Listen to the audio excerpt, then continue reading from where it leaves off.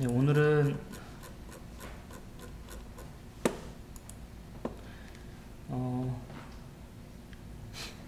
히브리서 그 9장 말씀을 통해서 함께 상고해 보려고 합니다. 오늘 말씀의 제목은 온전한 제사입니다. 온전한 제사. 그래서 성경은 오늘 그 히브리서 9장 말씀을 펴 놓으시면은 좋을 것 같습니다.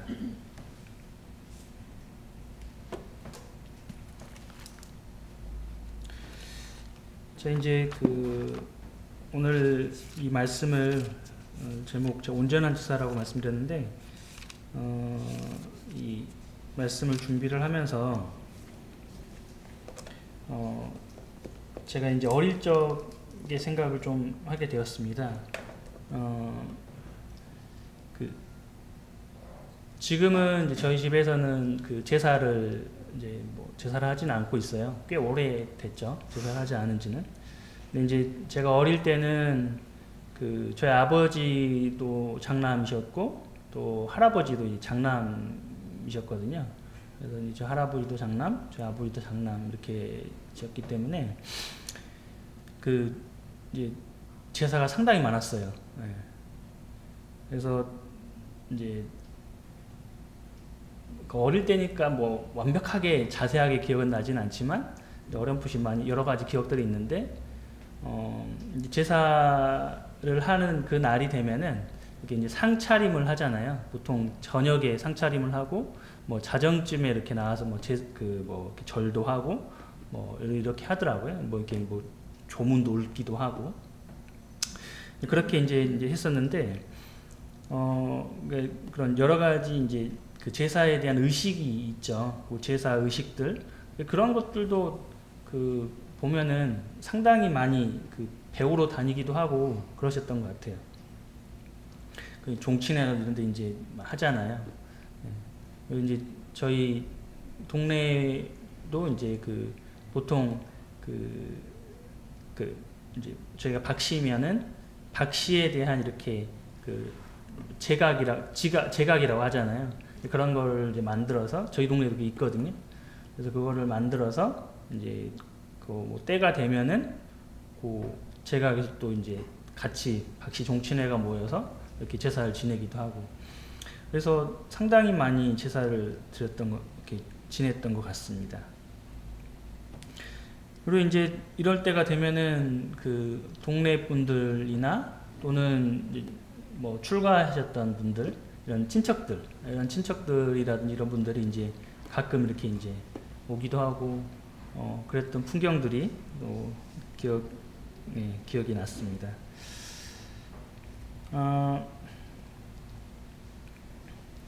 이제 우리가 이렇게 살아가다 보면은 우리는 서로 이렇게 혼자서 살 수가 없잖아요. 혼자서 살 수가 없고 사람들 간에 이렇게 크고 작은 어떤 사회를 이루어서 생활을 하고 있어요. 그러니까 이게 상호 관계가 있으려면은 뭐 서로가 좋을 때는 이게 상관이 없지만은 뭔가를 갈등의 요소가 분명히 존재하는 거잖아요. 왜냐하면 만약 먹을 게 있는데 그 먹을 게 한정돼 있어요. 뭐 무한정 많으면 좋겠지만 뭐 그렇지 않을 수도 있잖아요. 그것이 먹을 것이 될 수도 있고 뭐 예를 들면 또는 뭐 그것이 뭐 보석이 될 수도 있겠죠. 나도 보석을 갖고 싶어. 근데 그 보석은 또 어떤 먹을 것은 음식은 제한되어 있을 수 있다라는 것이죠.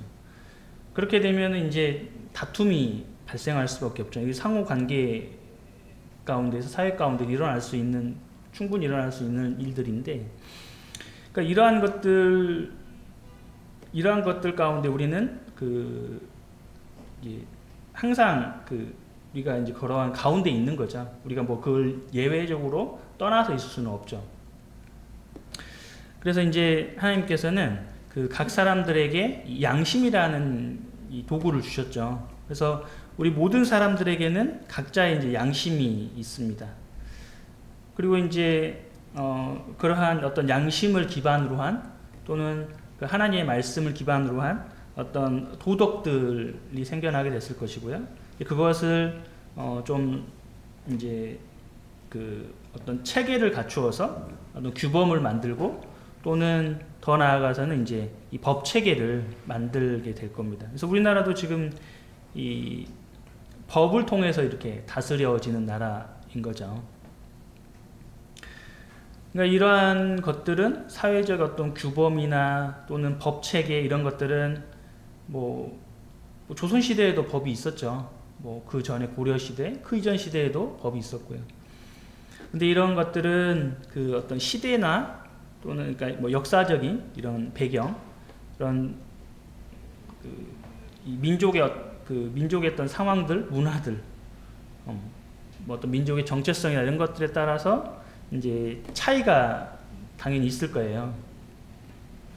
그렇지만 말씀했던 것처럼 우리 그리스도인들도 그 사회적 어떤 규범이나 틀 안에서 벗어나서 생활하고 있지는 않죠. 그 안에서 이제 생활을 하고 있습니다. 그래서 이제 제가 어릴 때 이제 집에서 제사를 드렸다고 말씀드렸는데, 이렇게 이제 집에서 그 제사하는 것에 대해서 좀 당연하게 받아들였어요. 뭐 때가 되니까 제사하나 보다. 제사하면은 어릴 때는 이제 먹을 게 생기잖아요. 예, 그러면 그게 좋았어요. 이렇게 그런 것도 많이 먹고 그랬던 것 같습니다. 자, 그러면 우리 히브리서 9장 말씀을 제가 본문으로 이렇게 말씀드렸는데요. 우리 히브리서 9장 말씀을 한번 읽어보도록 하겠습니다. 뭐 다 읽을 수는 없을 것 같고요. 우리 먼저 8절부터요. 히브리서 9장 8절부터 13절까지를 같이 한번 읽어보면 좋겠습니다. 8절부터 13절까지입니다. 자, 시작. 성령이 이로써 보이신 것은 첫 장막이 서 있을 동안에는 성소에 들어가는 길이 아직 나타나지 아니한 것이라. 이 장막은 현재까지의 비유니 이에 따라 드리는 예물과 제사는 섬기는 자를 그 양심상 온전하게 할 수 없나니, 이런 것은 먹고 마시는 것과 여러 가지 씻는 것과 함께 육체의 예법일 뿐이며 개혁할 때까지 맡겨둔 것이니라.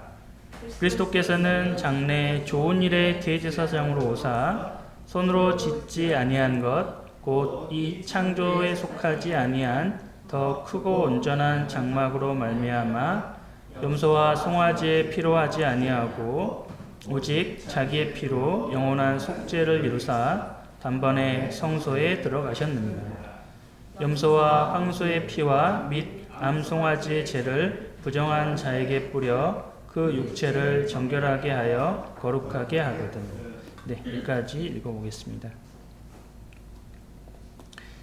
이제 그 1절에서부터 보면은 그 구약에서 하나님께서 말씀하셨던 이 제사를 드렸던 그 성소에 대한 부분을 말씀하고 있습니다. 그래서 이제 그 성소의 모습들을 우리가 묘사를 하고 있죠. 그래서 성소에 이제 우리가 크게는 이제 성막이라고 봐야 될 텐데, 그 성막 안에 성소가 있었고, 성소는 첫 번째 방이라고 볼 수가 있겠죠. 그래서 성소의 그 휘장 뒤쪽으로는 이제 지성소, 그러니까 성소가 있고 지성소가 있었다라고 하는 것이죠. 그래서 그 부분을 쭉 설명을 하고 있는데요. 그래서 성소의 이제 내부의 이제 그 모습들, 그리고 또 방금 말씀드렸던 그 안쪽으로는 이제 지성소가 있었다고 그랬는데, 그 안쪽에 있는 이 지성소의 이 모습들까지 이렇게 소술하고 있죠. 그래서 이 구약인 첫 언약에서는 이 하나님께 나아갈 때 제한이 있었어요. 그래서 이스라엘 백성들은 이 이 성막 안에 있는 그 성막 안에 뜰에는 들어갈 수가 있었어요. 이스라엘 백성들은 어디까지? 성막의 뜰까지 들어갈 수가 있었습니다. 그리고 이제 이 제사장들은 더 안쪽인 이 성소에 들어갈 수가 있었어요. 그러니까 성소에는 성소하고 지성소가 있다 그랬죠. 그러니까 그 레위인, 제사장들은 레위인이잖아요. 이 레위인 중에 이 제사장들은 이제 이 반차가 있었죠. 그래서 이 사가랴도 그 반차를 따라서 자기가 맡은 그 일정에 맞게끔 이제 제사장으로서 이 성소에 가서, 성막에 가서 이제 하나님께 제사를 드리는 그 역할을 수행하게 됐거든요. 그래서 그 제사장들이 이제 날마다 이렇게 그 성소에 들어가게 됩니다. 그래서 성소는 이제 제사장들이 들어가는 거예요. 레위인들만 들어가는 겁니다. 레위인 중에서도 그 제사장을 수행하는 그 제사장들만 들어가게 됩니다. 그리고 제사장도 마찬가지로 그 이상은 이제 허락되지가 않았죠. 그래서 이제 이 대제사장은 한 명이죠. 그 대제사장은 종신직이에요. 그래서 한번 대제사장이 되면은 그가 죽을 때까지 이제 대제사장으로서의 뭐 특별한 이상이 없는 한 그 자신의 역할을 감당을 하고 있는 것이죠. 그래서 이 대제사장만이 1년에 한 번만 이게 이제 그 대속죄일이 되겠죠. 대속죄일에 이제 이 피를 가지고 그 이 성소 내부 그 휘장이 있었다 그랬죠. 그 휘장에 너머에 있는 이 지성소에 이렇게 피를 가지고 들어갈 수가 있었습니다. 이것이 이제 그 하나님께서 허락하신 이 제사의 예법이죠. 근데 이제 우리 그 누가복음을 한번 보시면은요, 뭐 잘 아시는 말씀이라서 굳이 찾지는 않으셔도 됩니다. 제가 한번 읽어볼 건데요. 누가복음 23장 44, 45, 46절 제가 한번 읽어보겠습니다. 때가 제 6시쯤 되어 해가 빛을 잃고 온 땅에 어둠이 임하여 제 9시까지 계속하며 성소의 휘장이 한 가운데가 찢어지더라. 예수께서 큰 소리로 불러 이르시되 아버지 내 영혼을 아버지 손에 부탁하나이다 하고 이 말씀을 하신 후 숨지시니라. 이렇게 되어 있거든요. 45절에 보시면은 예수님께서 이제 그 십자가에서 이제 달리셨잖아요. 그래서 이렇게 이미 그 십자가에 달리시기 전에 채찍을 많이 맞으셨어요. 그래서 이미 그 많은 그 피로감을 가지고 계셨고 많은 피를 쏟았어요. 그 상태에서 이제 그 십자가에 이제 그 못을 박히게 된 거죠. 그러면서 이제 그 예수님께서 이제 돌아가시는 이러한 모습을 좀 보여주고 있습니다. 45절에 보니까 그 성소의 휘장이 한가운데가 찢어졌다. 요게 이제 그 방금 말씀드렸던 이 말씀입니다. 그래서 이제 그 성소하고 그러니까 성소하고 지성소가 있었다고 그랬죠. 그래서 이제 이 성소에서 지성소를 가기 위해서는 요 휘장, 요 막을 지나쳐야 됐습니다. 커튼이라고 보시면 됩니다. 그냥 편하게 생각하시려면 커튼이라고 생각하시면 되는데요. 이 막을 지나쳐야지만 지성소에 들어가는 거였어요. 그러니까 1년에 한 번만 요 대제사장이 이렇게 지나가는 그 장소입니다. 그래서 이제 지금 여기 이 말씀은 요 성소에 있는 이 지성소와 성소를 분리하는 요 휘장, 요것이 뭐예요? 찢어져 버렸다라는 의미가 지금 그 말씀을 여기서 지금 하고 있는 겁니다. 그래서 이제 그 예수님께서 돌아가셨을 그때에 숨지실 그때에 이 성소 휘장이 이렇게 찢어졌다. 지금 이 말씀하고 있습니다. 그래서 지금 그 우리가 알고 있는 것처럼 이 구약에서는 이러한 예물과 즉 그 수없이 많이 그 들여졌던 이 짐승들의 피가 흘려졌다는 거예요. 그런 것처럼 이 피, 짐승들의 피라고 하는 것이 이 갈보리 십자가에서 예수님께서 피를 흘리셨잖아요. 예, 갈보리 십자가에서 흘리셨던 이 피를 이제 나타내고 있는 거예요. 짐승들의 피가 예수님께서 갈보리 십자가에서 흘리실 그 피를 이제 나타내고 있다는 거예요. 그래서 11절의 말씀처럼 이 우리의 대제사장 예수 그리스도시죠. 대제사장 되시는 예수님께서는 이 성막이라고 하는 것은 이 사람들이 이렇게 이제 그 기술자들이 이 성막을 뭐 주물이나 이런 거로 해서 금형을 떠가지고 이거를 다 만들었습니다. 조립을 했든 또는 건축을 했든 이렇게 해서 이제 만든 것이고요. 성막을 만들고 또는 성전을 만들고 이렇게 했겠죠. 사람들이 물론 식양은 다 하나님께서 보여주신 것이죠. 그래서 에 대한 디자인은 하나님께서 주신 것이지만 그것을 가지고 사람들이 이렇게 직접 만든 거예요. 성막과 성전을 이제 건축을 한 거죠. 이렇게 됐는데 하나님께서 이제 그 예수님께서는 이 사람이 손으로 지은 사람이 건축한 그러한 것에서 거기에 거하시는 것이 아니라 더 크고 온전한 장막이 있다라는 것이죠. 그것이 어디냐면 즉 하늘에 있는 장막이라는 것이죠. 근데 지금 구약에서의 제사는 뭐였습니까? 짐승의 피가 필요했잖아요. 그죠?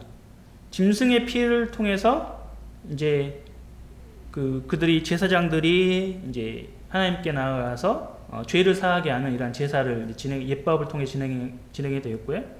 그리고 대제사장이 한 번씩 1년에 한 번씩 피를 가지고 이 지성소로 들어간다 그랬잖아요. 그러니까 이것은 손으로 지은 성막 또는 성전이에요. 그래서 이것을 통해서 이제 그 사람들의 죄를 사하는 예법을 하나님께 주셨다고 그랬습니다. 근데 이제 예수님께서는 이러한 이 성전, 그때 당시엔 성전이었겠죠. 당시엔 성전이 있었습니다. 예수님이 지금 돌아가신 이때 당시에는 아직 성전이 무너지지 않은 때였어요. 성전이 있었는데 이 성전에 있는 이 지성소에 들어가는 것이 아니라 그것이 찢어지면서 이 성전과 그러니까 성소와 지성소가 가려져 있던 것이 이렇게 찢어졌다고 했잖아요. 그래서 바로 이제 그 하나님 하늘에 계시는 하늘의 장막에 이제 이 짐승의 피가 아니라 바로 예수님의 피를 통해서 하늘의 성소에 들어가셨다. 이렇게 이제 말씀을 하고 있습니다.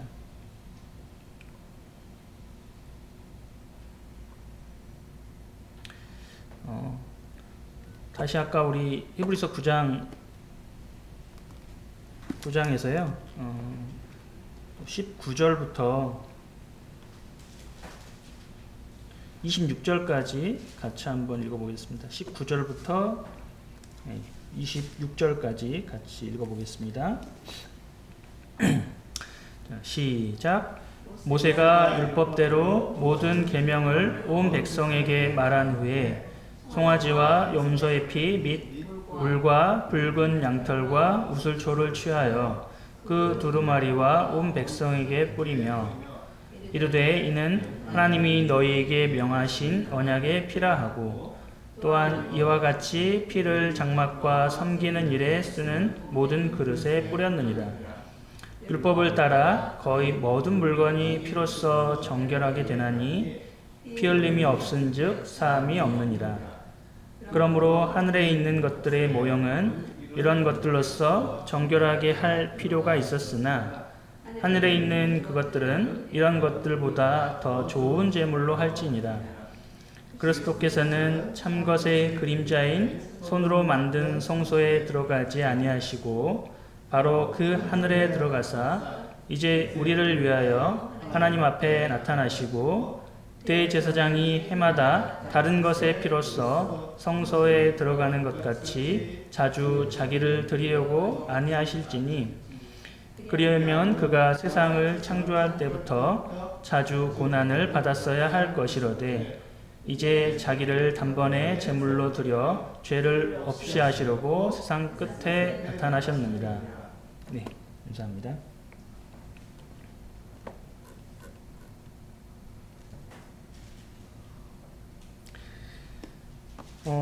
지난번에 신명기 말씀을 보면서 이 정결하게 하는 물에 대해서 제가 말씀 상고해봤던 적이 있었는데요. 그러니까는 이 많은 사람들이 죽게 되었어요. 그때 시체를 만지게 되면 부정하게 되는 것이잖아요. 어떤 말씀드렸던 세균 감염이라든지 뭐 수없이 많은 눈에 보이는 벌레라든지 이런 것들로 인해서 뭐 사람뿐만 아니라 또는 뭐 옷이라든지 또는 식기라든지 이런 것들이 이제 감염이 될 수가 있습니다. 그것을 이제 옮기는 거죠.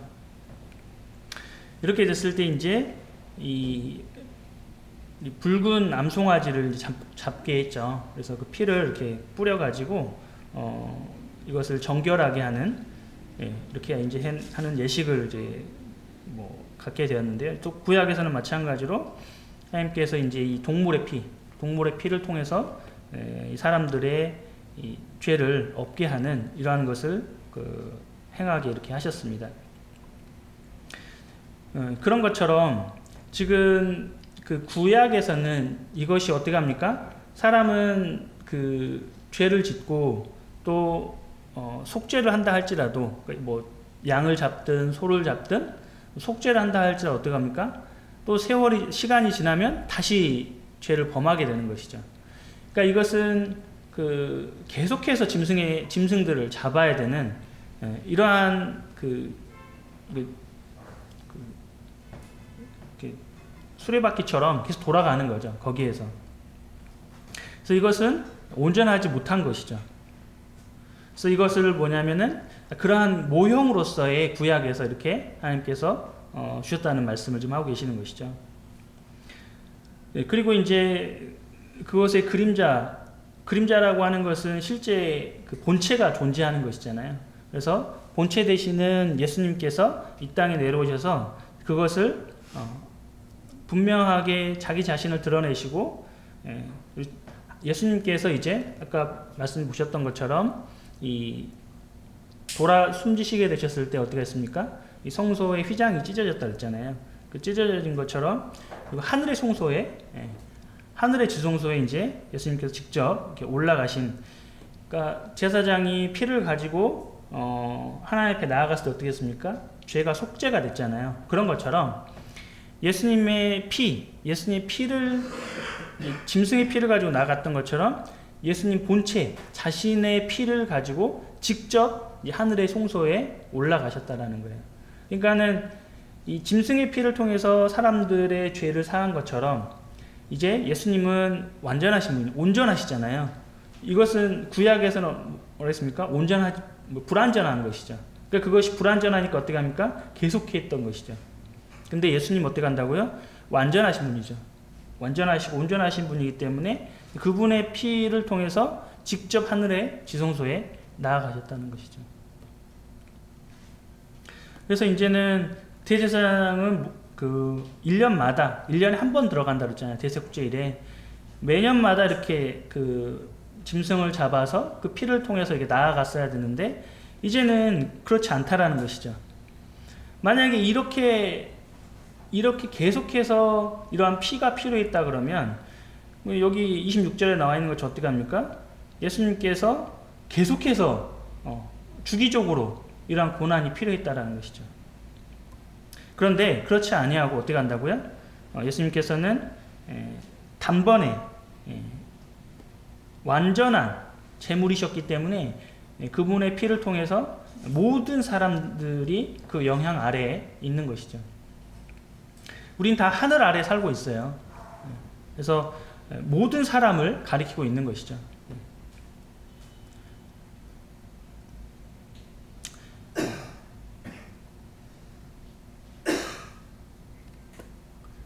그래서 우리는 이제 이 레위인들이 제사장으로서 이제 역할을 하면서 이 성소에 들어갔고 또 대제사장도 레인이죠. 대제사장이 한 번 이렇게 이제 그 지성소에 들어갔다 이렇게 이제 말씀드렸는데, 베드로전서 2장에서는 베드로전서 2장 9절 여기 뒤에도 이렇게 나와 있죠. 베드로전서 2장 9절을 같이 한번 읽어볼까요?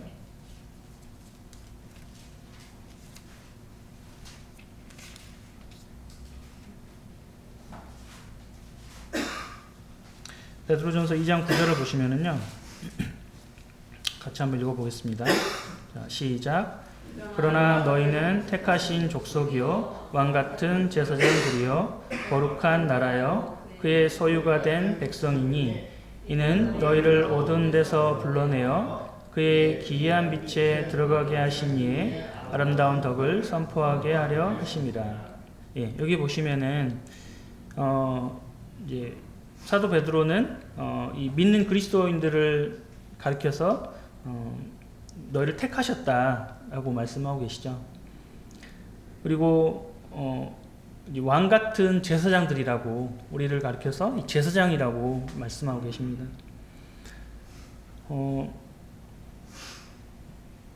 그래서 이스라엘 백성들마저도 이스라엘 백성들 어떻게 했습니까? 하나님이 선택하셨잖아요. 너희를 내가 따로 불러내서 하나님의 민족으로 삼고 모든 사람들이 이 민족을 바라보고 하나님이 살아계심을, 하나님 존재하심을 드러낼 수 있도록 이러한 그 백성으로 삼아주셨죠. 근데 그러한 백성 중에서도요, 자, 아까 말씀드렸던 것처럼 어떻게 합니까? 이 성소의 뜰에는 이스라엘 백성들이 이제 들어갈 수 있었고요. 그 이상은 허락되지 않았어요. 그리고 레위인, 이스라엘 중에서 레위인은 이 레위인들은 이제 성소에 들어갈 수 있었고요. 또 그 이상은 허락되지 않았다 그랬죠. 제사장마저도. 근데 이 대제사장이 1년에 한 번 지성소에 들어갈 수 있다고 그랬습니다. 근데 지금 이 사도 베드로는 우리 이제 믿는 그리스도인들을 향해서 너희가 왕 같은 제사장들이다 이렇게 지금 선포하고 있습니다. 그래서 이제 우리는 이 대제사장마저도 1년에 한 번밖에 그 지성소에 나갈 수 없었는데, 우리는 언제든 이 하나님 예수 그리스도께서 자신의 피를 가지고, 이 본체 되신 예수님께서 자신의 피를 가지고 하늘의 성소에 올라가셨거든요. 그 말은 곧 우리는 그 예수 그리스도를 바라보고 그 하늘의 성소에까지 나아갈 수 있는 것이죠. 우리를 제사장이라고 말씀해 주시니까요. 그래서 우리 믿는 그리스도인들은 모두가 다 제사장으로서 하나님 옆에 나아갈 수 있습니다.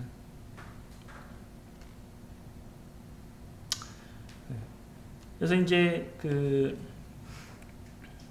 제가 처음에 제가 어렸을 때 저희 집에서 이 제사를 드렸던 부분을 말씀드렸는데요. 근데 이 제사를 드리는 것이 어떤 유교적 관례라든지 또는 거기서 말하고 있는 어떤 효의 모습이라든지 이런 것의 한 형태로 이제 생각을 하게 되는 거죠. 그리고 이제 다른 사람들이 저 사람은 이제 제사를 잘 지내는구나 이렇게 이제 그런 부분들을 생각을 하는 거예요. 그래서 우리는 그런 다른 사람의 어떤 시선이나 또는 그 사회적인 어떤 규범이나 이런 틀 안에서 그것을 벗어날 수 없다라는 거예요. 근데 그런 틀이라는 것 자체가 그 사회적 규범이라는 것 또는 법 체계라는 것 자체가 뭐냐면은 사람들이 만들어낸 것이죠. 그러니까 이것은 뭐냐면 아까 성막에서 하나님께 제사의 양식을 주셨잖아요. 그 식양을 그대로 만들고 그 예법대로 이렇게 제사를 지냈지만 그것이 뭐라 그랬습니까? 온전하지 못하다라는 것이죠. 사람이 만든 것에는 그 시스템이 있다 할지라도, 그러니까 사람들이 보기에는 세상의 시스템 이런 것들이 굉장히 잘 갖추어지고 좀 뭐랄까 이렇게 고급되어 보이고 이러한 모습들을 우리가 생각을 하기가 쉬운데 그것마저도 온전하지가 못하라는, 하나님께서 주신 것마저도 온전하지 않다고 하셨는데 사람이 만든 것이야 오죽하겠습니까? 그런데 우리는 때로 그러한 나의 모습 가운데에서 세상에 다른 사람들이 하는 것과 내가 양식이 좀 다르게 하잖아요. 그러면서 이제 저 같은 경우도 그렇거든요. 나의 모습은 좀 다르니까 뭔가 조금 이렇게 말을 같이 함에 있어서도 이렇게 꺼려지는 것들이 분명히 있어요. 그런 모습도 이제 보게 되는데, 그것을 넘어서야 되는 것이죠. 왜냐하면 말씀드렸던 것처럼 그 세상의 것이 온전하지 않기 때문에 하나님의 식양대로 예법을 주신 것도 온전하지 않은 것이라고 했어요. 그런 모형이라고 말씀하신 것이죠. 그래서 우리는 이 그리스도인으로서 이제 우리를 이 왕 같은 제사장으로 이렇게 삼아 주셨거든요. 그래서 우리는 온전한 제사를, 구약에서는 불완전한 제사를 드렸거든요. 그래서 우리는 일요일 날, 주일 날 매주 이렇게 나와서 예배를 드리고 있습니다. 그래서 형제님들, 특별히 형제님들은 자매님들이 예배를 같이 드리는 거예요. 형제님만 예배에 참석하는 게 아니라 자매님들도 참석하는 거예요. 그래서 이런 말 많이 들어보셨을 거예요. 교회 다니시는 분들에게 물어보면은 예배를 본다고 그러잖아요. 많이 들어보셨을 거예요. 예배 본다고. 근데 이제 저희는 예배 본다는 말을 쓰지는 않습니다. 예배를 드린다고 그렇죠. 그러니까 예배를 드린다라는 것과 보는 것은 참관자예요. 드린다라는 것은 참석을 하는 거죠. 참여하는 거거든요. 그래서 참여해서 이렇게 이제 내가 결혼한 나의 남편이 있다 그러면 그 남편에게 이렇게 이제 어떤 찬송을 택할 수도 있고 그 기도의 내용을 같이 이렇게 교제할 수도 있죠. 그렇게 또 자매님들은 참여할 수 있고 또 형제님들이 기도를 할 때 어떻게 합니까? 아멘으로 참여하는 거죠. 형제님들은 또 기도할 수도 있고 또 찬송을 택할 수도 있고요. 또 말씀을 읽을 수도 있고요. 여러 가지 이런 역할들을 하는 것이죠. 그래서 이제 우리는 하나님께서 우리를 제한하지 않으시잖아요. 이스라엘 백성들은 제한받았잖아요. 그렇지만 우리는 하나님께서 예수 그리스도께서 자신이 직접 이렇게 이제 하늘에 있는 성소에 가시게 되면서 우리를 제사장으로 삼으시고 모든 믿는 그리스도인들이 하나님 앞에 나올 수 있는 이러한 기회를 주신 것이죠.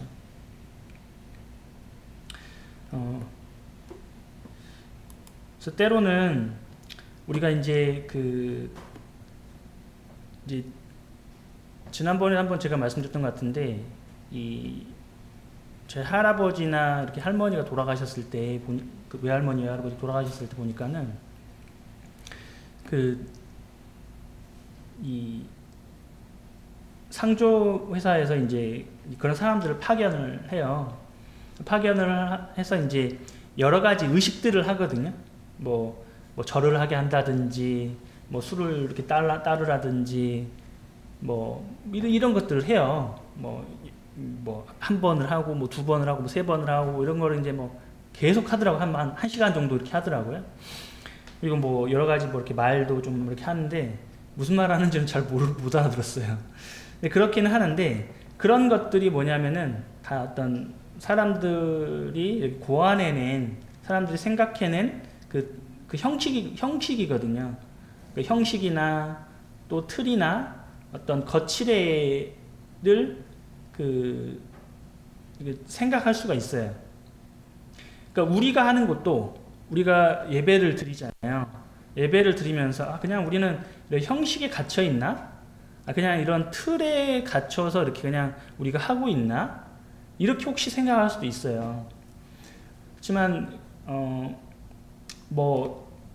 이제 그렇지가 않죠. 그러니까는 예를 들면은 기도를 누가 한다거나 또는 성경 찬송을 어디를 택한다거나 이런 것들이 실은 다 규격화돼 있어요. 많은 교회에서는.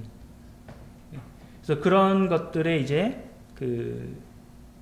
그런 뭐 찬양을 보통 많이 하죠. 그리고 말씀을 뭐 짧게 보고 이렇게 이제 하는 것을 예배라고 이렇게 이제 뭐 보통 많이 말을 하고 있는데, 우리가 하는 것은 그렇지가 않아요. 그래서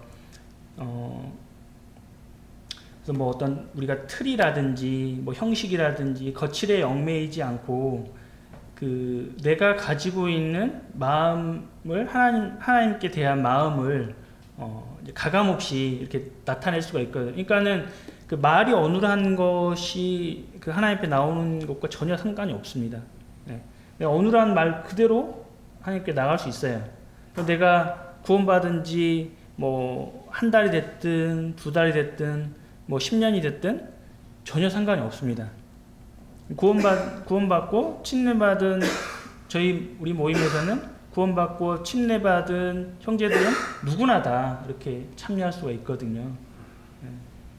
그래서 그거를 뭐 때로는 내가 하나님 앞에 나갈 때 이렇게 그냥 어떤 글을 써서 나올 수도 있어요. 글을 써서 처음에 읽을 수도 있겠죠. 근데 뭐 그렇게 하는 것도 좋습니다. 그렇게 하는 것도 좋은데 그렇다 하지 않더라도 나의 그냥 나의 있는 모습 그대로를 어눌한 말투라든지 이런 것을 가지고 그대로 나가는 거예요. 왜냐하면 하나님은 나를 다 아시잖아요. 내가 완전하지 않고 온전하지 않음 아심에도 불구하고 그 온전하신 그 예수 그리스도께서 나를 사랑하시고 나를 위해 십자가에서 그 피를 통해서 우리 모든 인류에게 뿌려주신 거죠. 그래서 이러한 것에 뭐 구애받는다거나, 우린 그래서 이제 가끔 이렇게 일어서서 기도하기도 하잖아요. 일어서서 기도하기도 하고 뭐 이렇게 하는데, 그런 것 뭐 앉아서 기도할 수도 있고요, 또 일어서서 기도할 수도 있고요. 그런 것에도 전혀 우리는 구애받을 필요가 없습니다. 그래서 하늘의 성소에 계시는 그 예수님을 우리는 바라보는 거예요. 근데 이제 때로는 이렇게 이제 우리가 그 세상에서 살아가다 보면은 내가 그 거짓되고 또 악한 나의 모습들을 가끔 발견하잖아요. 그러다 보면은 나를 바라보게 되다 보면은 이제 내가 뭐 하나님 앞에 나갈 수 있어? 내가 예배하는 자가 될 수 있어? 이러한 자기 반성적. 근데 이건 좀 잘못된 거예요. 그러니까 자기를 돌아보되, 그럼에도 불구하고 예수님이 계시기 때문에 온전한 제사를 우리는 할 수 있어요. 예수님께 나갈 수가 있는 것이죠. 그래서 우리가 주님 앞에 나아갈 때는 세상에서 가지고 있는 어떤 틀이나 형식이나 이런 거칠에 우리가 얽매이지 않고 온전한 제사를, 왜냐하면 예수 그리스도께서 온전하시기 때문에. 그래서 우리는 모든 구원받고 침례받은 형제들은 모두가 다 같은 제사장으로서 주님 앞에 나아갈 수가 있습니다. 그래서 우리 소수집교회에서